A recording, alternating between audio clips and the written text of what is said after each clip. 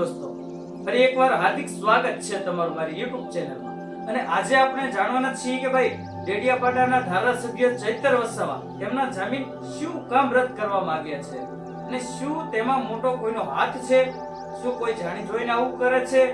તો ચાલો વિડીયોની શરૂઆત કરીએ અને આની A to Z હું તમને ઇન્ફોર્મેશન આપું છું. પણ જો એની પહેલા તમે જો મારી ચેનલમાં નવા હોય તો પ્લીઝ યાર સબસ્ક્રાઇબ કરીને ઓલ નોટિફિકેશન પ્રેસ કરી દેજો, જેનાથી અપ ટુ ડેટ મારી ઇન્ફોર્મેશન તમારી સુધી પહોંચતી રહે અને આવા તાજા સમાચાર હું તમારી સમક્ષ લાવતો રહીશ. અને હજુ આગળ ચૈતર વસાવા સાથે શું થશે તે પણ જાણકારી તમને મારી ચેનલમાંથી મળતી રહેશે. અને જેમ કે હાલ વાયરલ ટોપિક, ગુજરાતમાં જે વાયરલ ટોપિક હશે તેના A to Z ઇન્ફોર્મેશન સાથે મારા વિડીયો તમારી સમક્ષ આવશે. બરોબર, તો હવે શરૂ કરીએ ભાઈ. તો મેં તમને કીધું એની પહેલા તમે જો ચેનલમાં નવા હોય તો પ્લીઝ યાર સબસ્ક્રાઇબ કરીને ઓલ નોટિફિકેશન પ્રેસ કરી દેજો, જેનાથી અપડેટ મારી ઇન્ફોર્મેશન તમારી સુધી પહોંચતી રહે.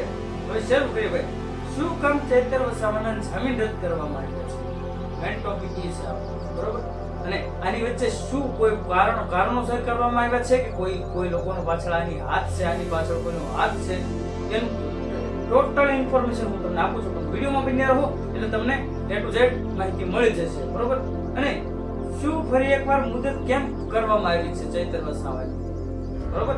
હવે બીજું જે છે કે શું કોર્ટ જામીન રદ કરે છે કે કોઈ લોકો રદ કરાવે છે, બરોબર. મેઇન ટોપિક એ છે જાણવાનો, બરોબર. અને હવે પહેલી વાત જે છે કે અને બીજી જે વાત છે કે ભાઈ હવે આ બધા જે અત્યાર સુધી તો જામીન રદ કરવામાં આવ્યા છે, 2-3 વાર તો રદ કરાયા છે. અને હવે નેક્સ્ટ કઈ તારીખ આપી છે તે પણ હું તમને જણાવીશ. અને તે તારીખ શું કામ આપવામાં આવી છે, શું કારણ હતું તેનું તે પણ હું તમને જણાવીશ, બરોબર. તો હવે આગળ આની પહેલા પણ સૌથી પહેલા ચૈતર વસાવાને કોર્ટમાં રજૂ કરવામાં આવ્યા. કોર્ટમાં રજૂ કરવામાં આવ્યા એટલે ત્યાં પણ તેમના જામીન રદ કરવામાં આવ્યા હતા. પછી તારીખ 22/7/2005 ના રોજ હાઈકોર્ટમાં રજૂ કરવામાં આવ્યા. જે હવે તમે બિલકુલ સાચું સાંભળ્યું છે, હાઈકોર્ટમાં રજૂ કરવામાં આવ્યા હતા. ત્યાં પણ તેમના જામીન રદ થયા હતા. પછી આજે તારીખ 5/8/2025 ના રોજ ફરીથી હાઈકોર્ટમાં તેમને રજૂ કરવામાં આવ્યા હતા. ત્યારે એવું તો શું થયું તે આ ચૈતર વસાવાને ફરીથી આપણે મુદત પડી છે, બરોબર. એની વાત આપણે કરવાની છે. અને જે પહેલા જે તારીખ 22/7/2025 ના રોજ જે જામીન રદ થયા હતા ને તેનું કારણ જે છે હું તમને જણાવી દઉં. જેમ કે મારી ચેનલમાં જે લોકો પહેલેથી જોડાયેલા છે તેને A to Z ઇન્ફોર્મેશનની ખબર છે કે શું થયું, શું બનાવ બન્યો હતો. અને તમે લોકો નવા છો એટલે હું તમને થોડીક પહેલાથી જાણકારી આપું છું. જેમ કે ચૈતર વસાવા ટૂંક સમય પહેલા એ કોર્ટમાં ગયા હતા અને ત્યાં કોઈ ભાજપના કાર્યકર્તા સાથે તેમને બોલાચાલી થઈ હતી. અને આ બોલાચાલીમાં ચૈતર વસાવાએ ગુસ્સે થઈને ગ્લાસ વડે તેમના પર પ્રહાર કર્યો હતો. એટલે ગુસ્સામાં આવીને ગ્લાસ તેમના પર ફેંક્યો હતો. પણ સામેની જે વ્યક્તિ છે, જે ભાજપના કાર્યકર્તા છે, એ વ્યક્તિએ ચૈતર વસાવા પર જાનથી મારી નાખવાનો આરોપ લગાવીને તેમને જેલ તરફ ખસેડ્યા હતા. જી હા ગાઈસ, તમે બિલકુલ સાચું સાંભળ્યું છે.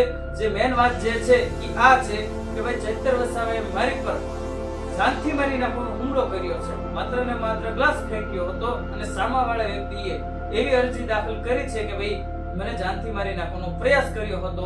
એના લઈને આ ચૈતર વસાવા અત્યારે હાલ જેલમાં છે, બરોબર. જેલમાં છે તો વાત સાચી છે, પણ શું કામ તેમના જામીન રદ કરવામાં આવે છે વારા ઘડીએ, બરોબર. મેઇન ટોપિક એ આજે આપણે જાણવાના છીએ. ભાઈ અમુક લોકો કહે છે કે આમાં ભાઈ પેલા ભાઈનો હાથ છે, ઓલા ભાઈનો હાથ છે, અને શું કોઈ આ બધું કોર્ટ જાણી જોઈને કરી રહ્યા છે, એટલે શું કોઈ ભાજપની સરકાર આવું બધું જાતે કરી રહી છે, એટલે ભાજપની સરકાર ચૈતર વસાવાને છૂટવા દેવા નથી માંગતી. આવા બધા પ્રશ્નો લોકો કરે છે, જે જનતા જે બધી છે એ લોકો કરી રહ્યા છે. તો આજે તેનું આપણે પર્દાફાશ કરવાનો છે. બિલકુલ સાચું સાંભળ્યું કે ભાઈ આમાં કોઈ લોકોનો હાથ છે કે આ શું થઈ રહ્યું છે, કે જાણી જોઈને કોઈ લોકો કરી રહ્યા છે, કે પછી સરકારી તેમની જે ફર્જમાં આવતું હોય તે કરી રહ્યું છે. એટલે આપણે તેની A to Z ઇન્ફોર્મેશન આજે આપવાના છીએ. તમને પર્દાફાશ કરવાનો છે. જે લોકોના દિમાગમાં જે પ્રશ્ન છે તેનો આજે આપણે ઉલ્લેખ લાવવાનો છે. એટલે તેનું આજે આપણે નિવેદન કરવાનું છે. તે હું તમને A to Z ઇન્ફોર્મેશન આપીશ, બરોબર. અને જે પહેલા જે જામીન થયા રદ થવાનું કારણ મેં તમને કીધું એમ પછી જે કોર્ટમાં સીસીટીવી ફૂટેજ આપવામાં આવ્યા છે વગેરે વગેરેની માહિતી આપવામાં આવી છે, બરોબર, પુરાવો આપવામાં આવ્યા છે, એના લીધે કોર્ટમાં અને હાઈકોર્ટમાં 22 તારીખના રોજ જામીન રદ કરવામાં આવ્યા હતા. અને આ વખતે જે છે એ કઈ રીતના રદ કરવામાં આવ્યા છે એના વિશે આપણે વાત કરવાની છે. આજે તમારા લોકો બધાનો જે પ્રશ્ન જે છે એ આપણે ક્લિયર કરવાના છીએ, બરોબર. કે ભાઈ અમુક લોકો કહે છે કે ભાઈ મેં તમને કીધું એમ કે ભાઈ આમાં કોઈ મોટા માણસનો હાથ છે, કોઈ રાજકારણ કરી રહ્યું છે વચ્ચે. તો ગાઈસ આમાં મેં તમને કીધું એમ કે એવું જરીક પણ વાત છે નહીં. એવું કશું જ નથી જે તમે વિચારી રહ્યા છો. જેમ કે આપણે કોઈનો વિરોધ પણ નથી કરતા, આપણે જે ગુજરાતમાં ચાલી રહ્યું છે તે તમારી સમક્ષ લાવવાનું હોય છે, મારું કામ એ છે, બરોબર. અને તમને ઘર બેઠા ઇન્ફોર્મેશન આપવાનું મારું કામ છે. અને એકદમ સાચી વાત સાથે મારી ચૂકવાયેલી ઇન્ફોર્મેશન તમારી સુધી પહોંચશે. આપણા વિડીયોમાં કોઈ જાતનું ખોટું નહીં થાય, જે હશે એ જ તમારી સામે પેશ થશે, એ જ તમારી સામે રજૂ થશે, બરોબર. હાલ ગુજરાતમાં શું થઈ રહ્યું છે તેનું શું કહેવાય આમ એકદમ વિગતવાર વિડીયો તમારી સમક્ષ મારી ચેનલમાં મળી રહી છે. જે શોર્ટ વિડીયો છે વાયરલ ટોપિકમાં એટલે કે ઇન્સ્ટામાં વગેરે ચાલતા હોય તેનો ફૂલ ડિટેલ સાથે ફૂલ ઇન્ફોર્મેશન સાથે મારી ચેનલમાં તમને વિડીયો મળતા રહેશે, બરોબર. તો હવે ભાઈ મેન જે વાત છે કે ભાઈ તારીખ 5/8/2025 ના રોજ જામીન રદ કરવાનું કારણ શું છે? બિલકુલ સાચી વાત છે. શું હવે જેનું મેન કારણ હું તમને આપું છું ભાઈ કે આમાં બીજું કોઈ માથાભારી કોઈ કારણ છે નહીં, આમાં કોઈનો હાથ છે નહીં કે કોઈ સરકાર જાણી જોઈને આવું કરતી નથી. આમાં જે કાલે જે 5 તારીખે જે બનાવ બન્યો છે તેમાં શું થયું હતું એ હું તમને જણાવું છું ભાઈ. તારીખ 5/8/2025 ના રોજ જામીન અરજીની સુનાવણી થવાની હતી, બરોબર. જેમાં 5 વાગ્યા સુધી તેમની અરજી બોર્ડ ઉપર ન આવતા તેમના જામીન રદ કરવામાં આવ્યા છે. તમને ફરીથી સંભળાવું છું કે તારીખ 5/8/2025 ના રોજ જામીન અરજીની સુનાવણી થવાની હતી, જેમાં 5 વાગ્યા સુધી તેમની જામીન અરજી બોર્ડ ઉપર ન પહોંચતા આ ચૂકવા જામીન રદ કરવામાં આવેલા છે.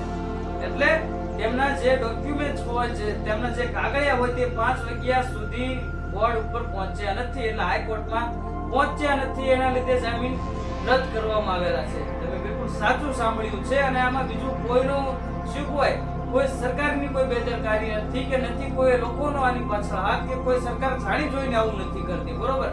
એટલે આ બધી ખોટી વાત છે, આ બધી અફવાઓ છે, બરોબર.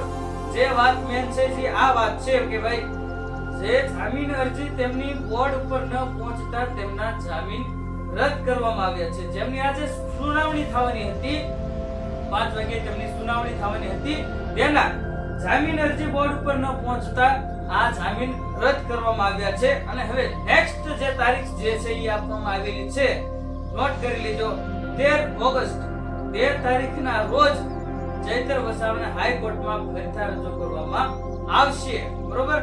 તારીખ 13 ઓગસ્ટ, ફરીથી રિપીટ કરું છું, 13 ઓગસ્ટના રોજ ચૈતર વસાવાને કોર્ટમાં રજૂ કરવામાં આવશે.